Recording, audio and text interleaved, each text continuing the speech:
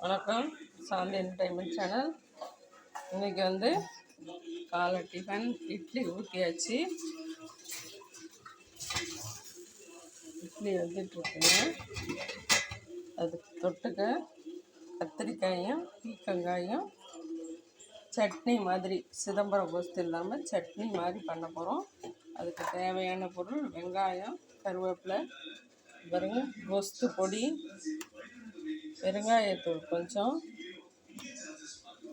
அதுக்கு புளி ஊற வச்சுருக்கேன். ஒரு ரசத்துக்கு கொஞ்சம் 2 பேருக்குள்ள அளவுக்கு புளி, அதுக்கான புளி ஊற வச்சுருக்கேன். இந்த பீக்கங்காயும் கத்திரிக்காயும் அடுப்பில் வேக வச்சுக்கலாம்.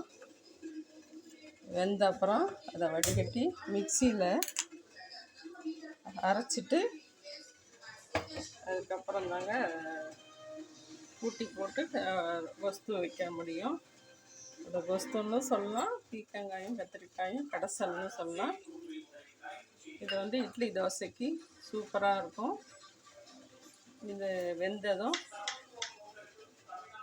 வடிகட்டி தண்ணி எடுத்து அந்த புளியை கரைச்சி ஊற்றுறதுக்கு வச்சுக்கிட்டு அதை மிக்சியில் போட்டு கிரைண்ட் பண்ணணும். அதோட கொஞ்சம் 1 ஸ்பூன் கடல மாவு போட்டு அரைச்சிட்டு அதில் உப்பு, கருவேப்பிலைலாம் ஆட் பண்ணி வெங்காயத்தை வதக்கி அதை கொஞ்சம் 1/2 கிளாஸ் தண்ணி ஊற்றி வேக வச்சு அதை வடித்து இதில் போட்டு பொடியெல்லாம் போட்டு மஞ்சள் கொஞ்சம் போட்டு கொதிக்க வச்சு தோசைக்கு தொட்டு சாப்பிட்டா அருமையான பீக்கங்காய் கத்திரிக்காய் கடைசல் ரெடி ஆகிடும். காமிக்கிறேன். பீக்கங்காய் கொதிக்குது. ஒரு 5 நிமிஷத்தில் வந்துடுங்க. அதை வடிகட்டி நல்லா ஆற வச்சு அரைச்சிக்கலாம். அதோட கொஞ்சம் தக்காளி சட்னியும் அரைச்சிட்டோம். ஏன்னா அந்த இது சில பேருக்கு பிடிக்காது. அந்த தக்காளி சட்னி தாளிச்சிடலாம். இட்லி வெந்துருச்சுங்க, அதையும் ஆஃப் பண்ணிடலாம். பீக்கங்காய் வந்துட்டு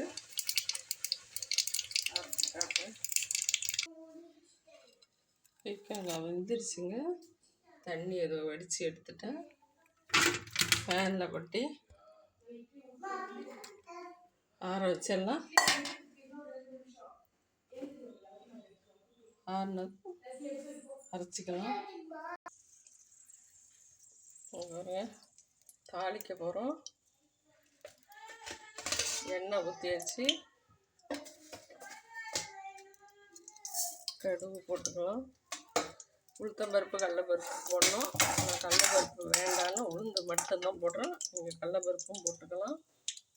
வெங்காயத்தை வதக்கி கொஞ்சம் தண்ணி ஊற்றி வேக போடுங்க.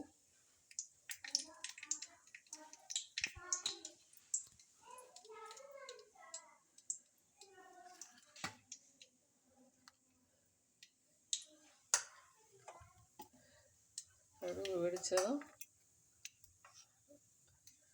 உளுந்தை கொட்டிக்கலாம். வெடிக்கலை, சரியாக இருக்கும்.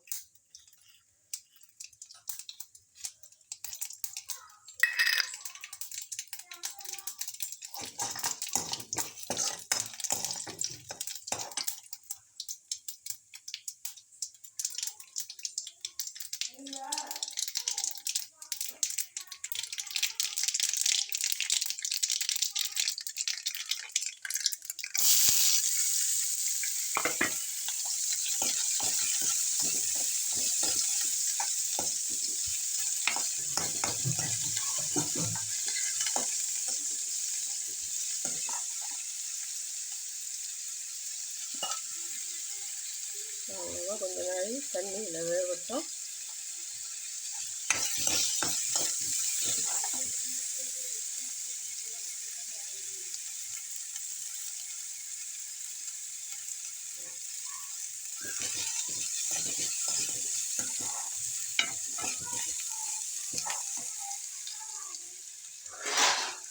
இந்த காய் வந்து தண்ணி இருக்கு இல்லைங்களா, அதையே ஊற்றிக்கலாம்.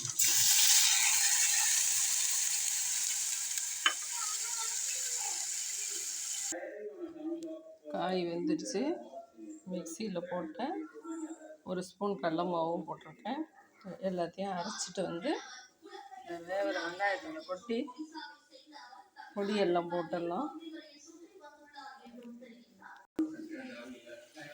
வெங்காயம் வந்துருச்சு. புளியெல்லாம் கரைச்சி ஊற்றியாச்சு.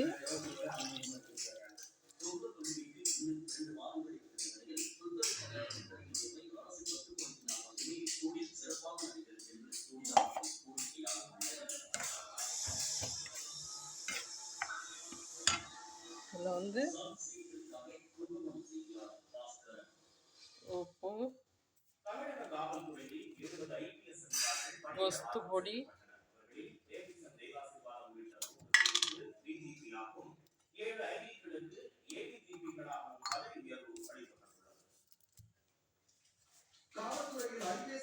வெங்காயம்,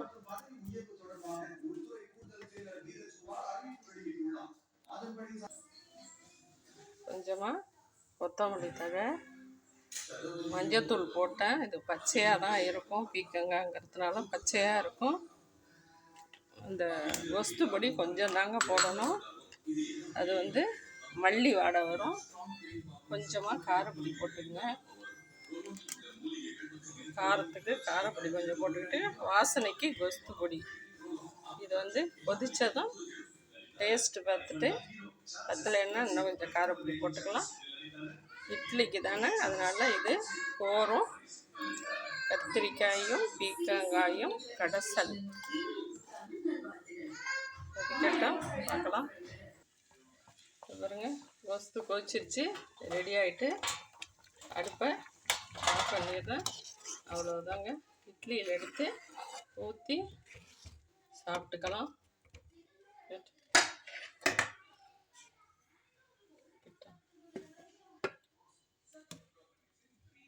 இட்லியில் ஊற்றுறோம் பாருங்கள், செம டேஸ்ட்டாக இருக்கும். கொத்தமல்லி தழை போட்டிருக்கோம். கொத்தமல்லி தழை இல்லைன்னாலும் வாங்கி போட்டுக்கோங்க. இந்த கடைசல் வந்து செம அருமையாக இருக்குங்க. பீக்கங்காய் கடைசல் சூப்பராக இருக்கும். பீக்கங்காயும் கத்திரிக்காயும் தனியாகவும் செய்யலாம். கத்திரிக்காயிலும் தனியாக செய்யலாம், பீக்கங்காயிலும் தனியாக செய்யலாம். ரெண்டும் கொஞ்சம் கொஞ்சம் இருந்து ரெண்டையும் போட்டு கடைஞ்சிட்டேன். செம்ம டேஸ்ட்டு. 8 இட்லி 10 இட்லி சாப்பிட்லாங்க. இன்னொரு வீடியோவில் சந்திப்போம். பை.